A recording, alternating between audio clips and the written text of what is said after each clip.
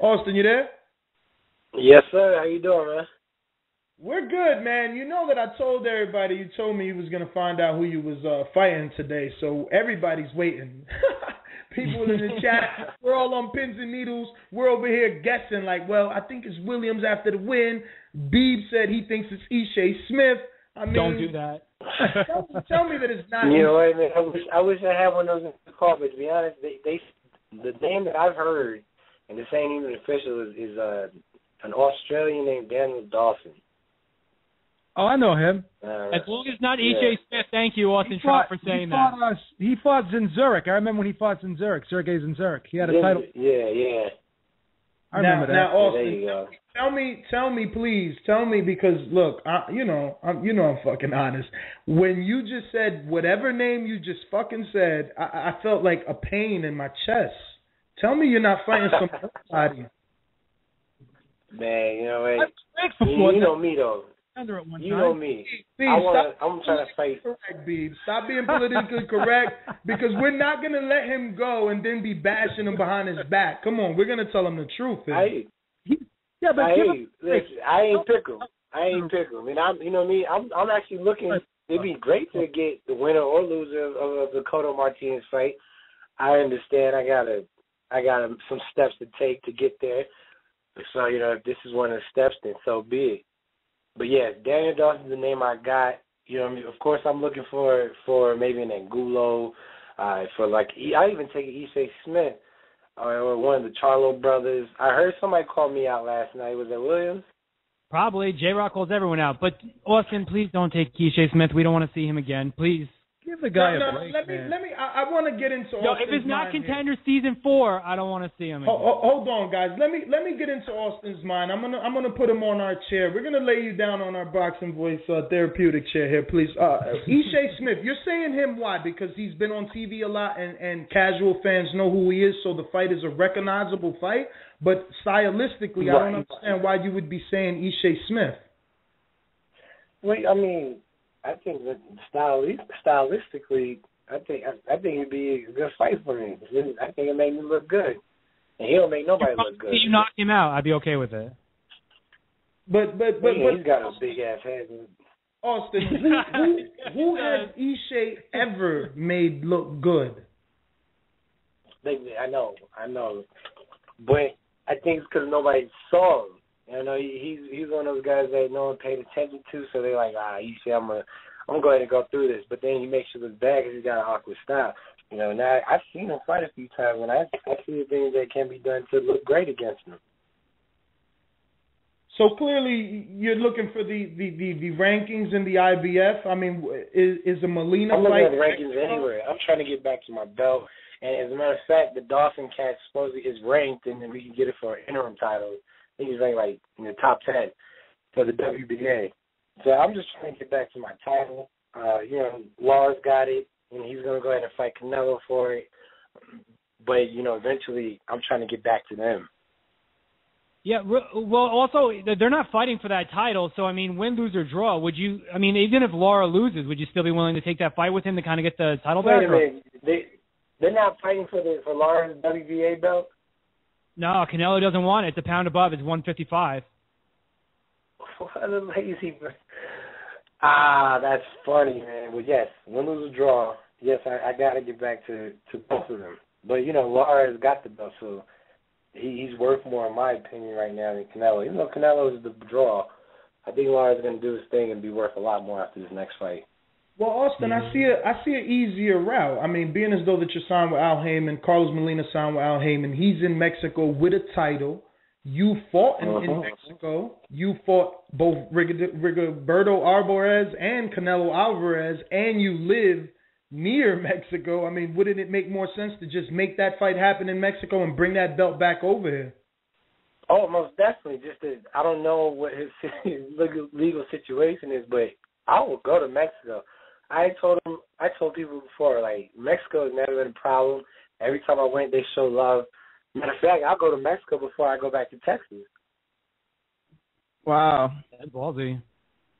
No, I actually agree with him 100%.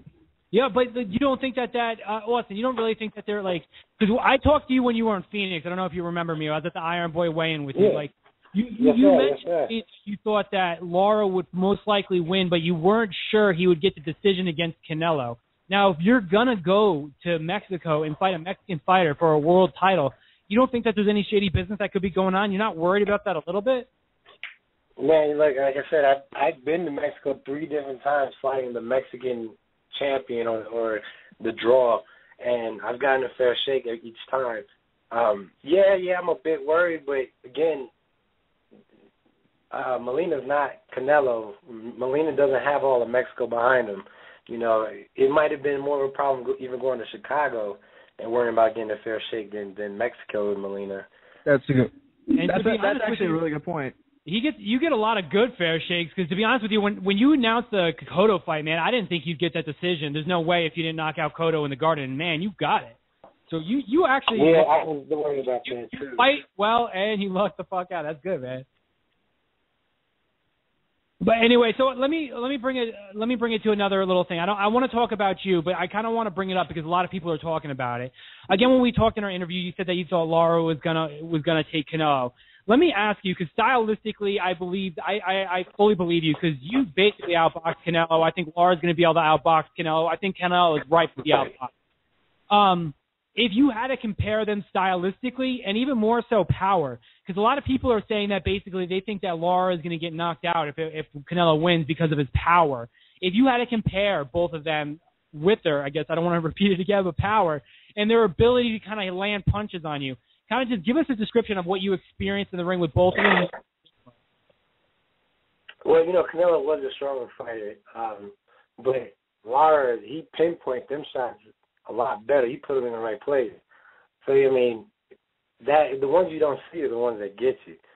I felt like after the first left hand I ate, I was like, oh, I could take this until I didn't see the shit, and I was like, oh, good night. So, with Canelo, he is stronger physically, but Lara's more accurate, and like I say, I think he could pinpoint them Johnson. And again, like I felt like I was outboxing Canelo fairly easy first 4 rounds, and Lara's a better boxer than I am. So if they don't have like some open scoring and that shit like that, I think he's just gonna box him all the way through the 12. But as you know, Lara's not a busy fighter. He does what he needs to do, and he gets through and wins rounds. Will they give him the round? That's what I'd be most worried about. Now, you just kind of admitted that you think that Lara's a little bit better of a boxer than you. What do you think you could do if you were to go in a rematch? Because, I mean, you're a boxer as well. So what do you think you could change up, and how can you teach an old dog new tricks that would kind of make that favor to you? Being able to punch while you're moving, being able to keep your hands moving while your feet moving and head moving. It's a lot of coordination that I didn't think it was going to be so hard to do. But that's the one thing we got to work on, is being able to punch, move, and move your head at the same time. I mean, so realistically, the 154 division's really kind of opening up here. I don't want to say you're definitely in the mix, but last night on Showtime, I don't know if you watched it, they showed a list of all the contenders that are kind of in the American class, like 154, and we're looking at a list of like 10 people deep. So when you see something like that, is it there's more competition for your namesake, or do you like it and kind of smile knowing that there's going to be a lot of competitive fights coming up for you to kind of prove yourself to get back to your title, should you not get Lara? Exactly. I'm with the second one. The more names out there, the more can be done. Like, I would hate to be in a situation like Andre Ward's in where he ain't got nobody to fight.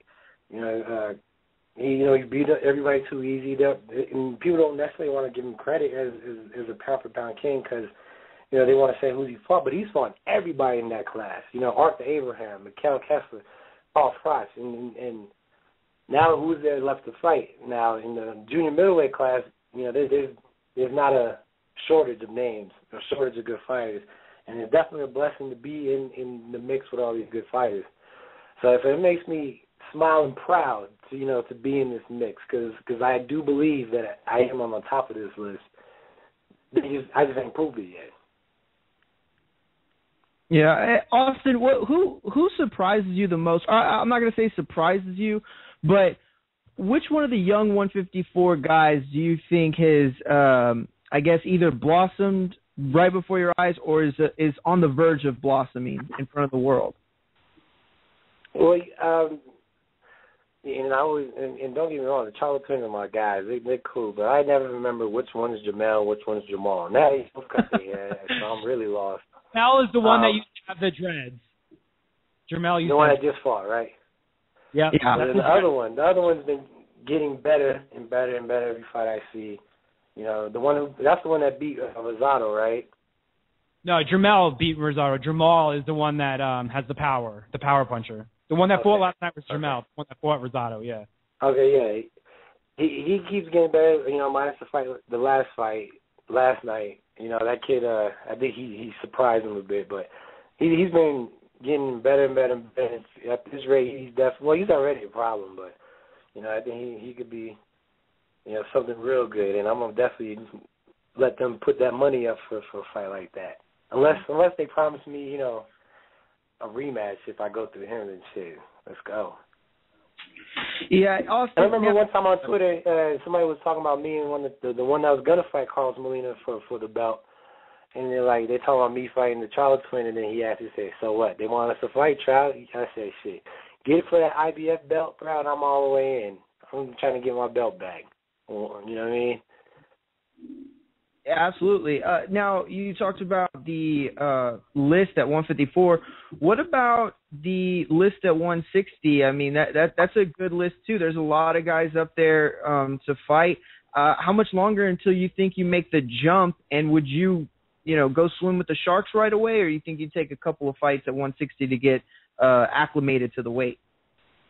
Well, my plan is to take over 154 first. And, you know, there's a lot to do here. I don't see any reason, unless besides that I can't physically make the weight, which I can make the weight fine now. But yeah, I think for my legacy and what I got in my mind and plan, moving to 160 is imperative for it, but not too soon. I would hate to move out of 154 and jump to 160. You know what I mean? When there's still something to be done at 154. I don't know if you remember when Floyd moved from 140 to 147 and Ricky Hatton was still champ, and they were like, well, why are you moving? I don't want anything unfinished done at 154 until I can't. Unless I say I can't make it no more, then I can't make it no more. You know, there's no excuse in that. But, I'm set. My heart is set on the 154-pound weight class. And, eventually, I do plan on going to 160. Unless they threw an opportunity like, oh, you could get the winner or loser of Martinez Cotto, then I'm jumping up. Yeah, and, you're a guy that stays, in the gym and around your weight. So, I believe you when you say that. Now, you talk about Martinez Cotto. Who do you favorite in that fight? It's hard to say because really I think it depends on really what Martinez is showing up. We don't know if he's still injured, if the injuries are going to play a part. I think he's been injured in his last 3 fights that he's had. And so, I think he's starting to age and get old, man. And if he does, I think Cotto's going to eke out a surprise and win that fight. Because, under Freddie Roach, he was looking good. He was back to his body punching days and his left hooking ways. And I think that would be a problem for Martinez. Martinez, he has good hand speed, but if his ankles hurt, his knees hurt, he ain't gonna be able to move, and that's you gotta have to move on Cotto. Just a fun question: who's the hardest puncher you dealt with since you've been in there with Lara, Canelo, and Cotto? Yeah, it was Canelo. Yeah, thus far. Lara a close second. Was Cotto above Lara? To be honest, Cotto never caught me as clean as Lara, so I couldn't tell you. Probably. Maybe if he called me clean, he could be. Huh? No, I was just saying that's a good thing because that guy has some mean left hooks. Yeah. My shoulder a few times I was watching the fight, but yeah, thank God for that shoulder roll right there. Yeah. Austin, do you think that because you've been in so tough your last couple of fights, do you think that you deserve kind of a stay busy fight? You think that will do you well? I think so. I mean, this fighting twice a year, it ain't good for me. When I was fighting 3, 4, 5 times a year, I was at my sharpest. Like, you guys ain't even seen me at sharp yet because there's 2 times a year. It feels like I gotta, fight off some type of ring rust, and I'm young. You know what I mean? I feel like I should be fighting at least 3, possibly 4 times. At first, I was against taking tune-ups and past this tune-up shit, but I think I deserve a little breather. I'm not saying that anybody I'm gonna fight next I'm taking lightly. I'm gonna go ham in camp. I'm gonna go ham in the ring. But if the last people I had to fight had to be on top of my A game, and for the last 2, I would not. I didn't have no room for error. So it'd be nice to be able to make an error and not have to pay for it with the blemish on my record. Now, even when you were the champion, you still had to prove yourself. There was a lot of doubters out there. There were a lot of other champions out there that you had to fight. Now you're not champion anymore. So basically, you're still in the same position, but the only difference is you don't have the belt. You're still out there. Right. There's a lot of talent out there. You still have to prove yourself. So knowing that, does that kind of help you deal with your situation a little better as not being the champion presently? No. I miss that belt. Like, they let you keep the belt. I ain't touched it, picked it up since I lost it, and I can't wait to get it again. And so it doesn't help. It makes me hungry, though. It makes me, itching to get back to the title. Because really, I didn't have anything in the boxing game but my undefeated record and my belt. So, I need to get at least one of them back since I can't get my undefeated record back. After the Canelo fight, I believe you can't mention something about an injury. To your credit, you never mentioned it. You never used an excuse for losing the fight. Can you elaborate on that injury? Was there an injury? And if so, what was it? Well, the 7th round, when I got caught with that right hand, I did the 7th round. When I got caught with that right hand that put me down, when I took a step, I rolled my ankle and tore my tendon in, the 7th round. But, it's not an excuse because my adrenaline was going so ham. I ain't feel it till after the fight. Okay. Now, you picked Lara over Canelo. What is the determining factor that makes you believe that Lara will win that fight? I think he's just a smarter overall fighter. You've seen Lara could bang if he kind of don't like to. If he lets the hang go, he could hurt you with him. I think the experience that he's got, the ring generalship, Canelo's, he surprised me before, I'm not knocking Canelo thinking that, he ain't a good fighter. He's a good fighter, a damn good fighter.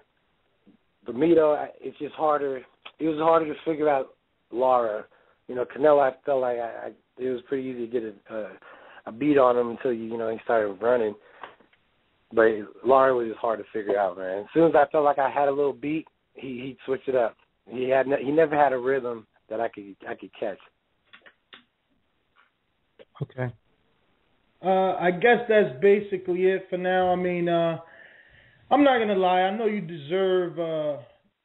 I don't want to say deserve, but I know that you could take an easy fight. You have been through all the names in the division at this point. You even fought Delvin Rodriguez.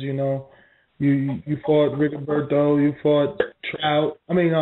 Alvarez, both of them. Laura. So if you get into a tune-up, I hear you. I just figure you should take, take one of the young up-and-coming guys as your tune-up. It's kind of the same get thing, him out but the way. you get credit for it.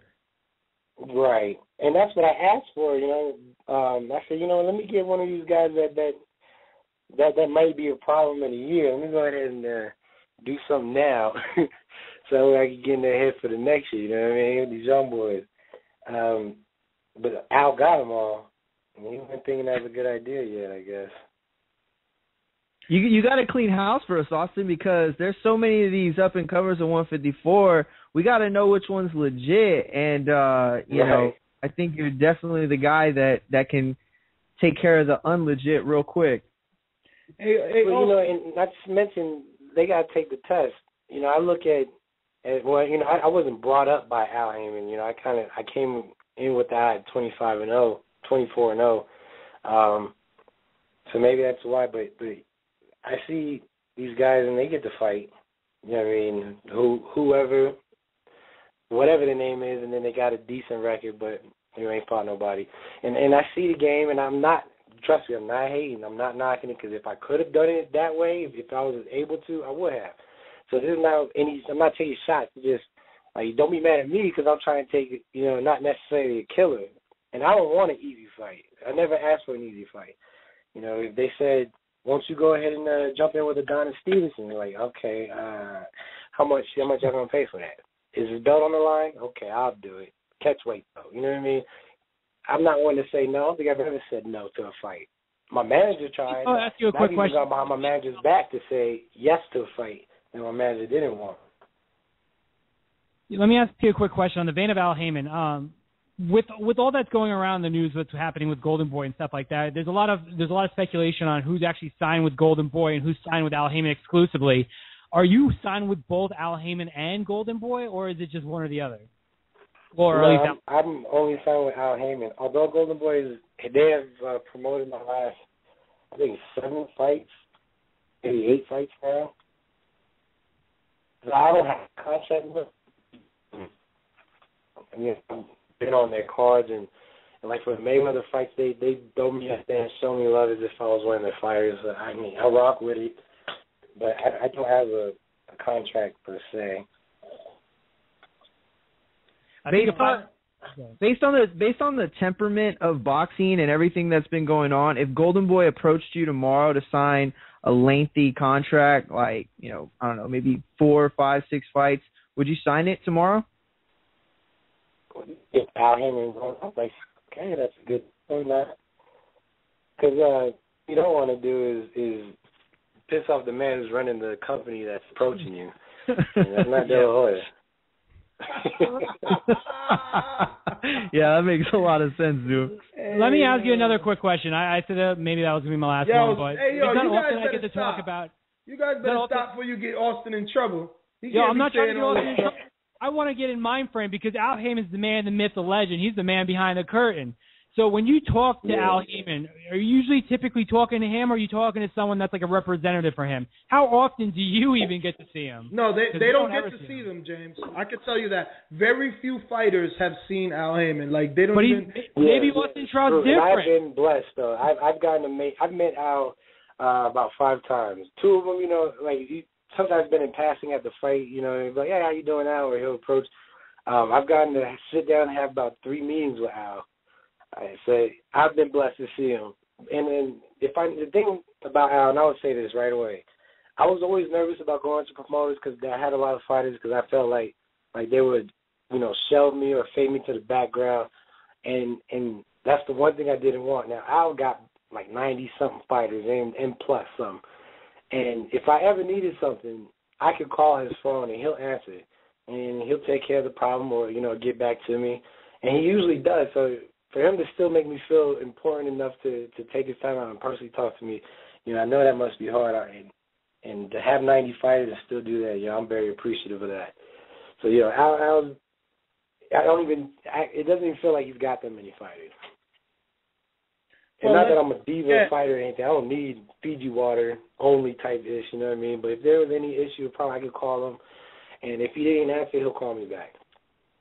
But Austin, let's not forget, you were an Al Heyman fighter that was on the grandest stage. You fought Miguel Cotto at the Barclays Center in front of like 13, 14. I don't even know what. I know it was a bunch of thousands. I was there live.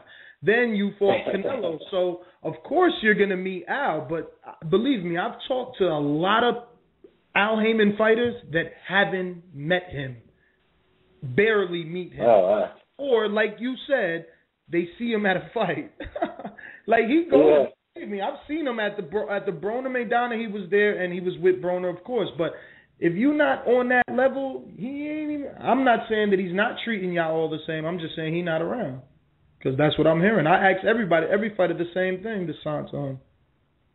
Well, I feel even more special than shoot. You should. You're awesome. Hey, man, give everybody your social media so we can get you out of here. We don't want to bore you to death. And then we want to thank you, of course, for coming. Never bored to come on Boxing Voice, man. Ness, I appreciate you still rocking with me, bro. I'm going to make y'all proud. Watch. Man, I ain't done yet. If that fight, I had you winning the fight. I took a lot of shit. People said that because of my friendship with you, my pick was biased. But after the Canelo fight, I felt that you won. They didn't give credit for the jab, but Paulie Malignaggi also didn't get credit for the jab. So it becomes the thing where you know, oh, but because for me, they're like, oh, Ness, but you seen Trout beat Canelo, but you seen Broner beat Malignaggi. Which one is it? Do you give credit for the jab or you don't? In your case, I felt you should have got a lot of credit for the fucking jab. If nothing else was working, the jab at least was shit. That's what I was saying. But, man, thanks again for coming on. If you want to give out your social media so some of these listeners can follow you, do so at this time.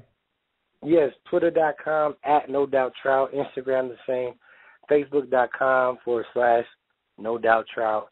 And I try to keep it simple. No Doubt Trout across the board. Even if you on Xbox One, hit me on the gamer tag, No Doubt Trout. I'll be on that Titanfall, go Call of Duty, and don't judge me, Marvel Legos.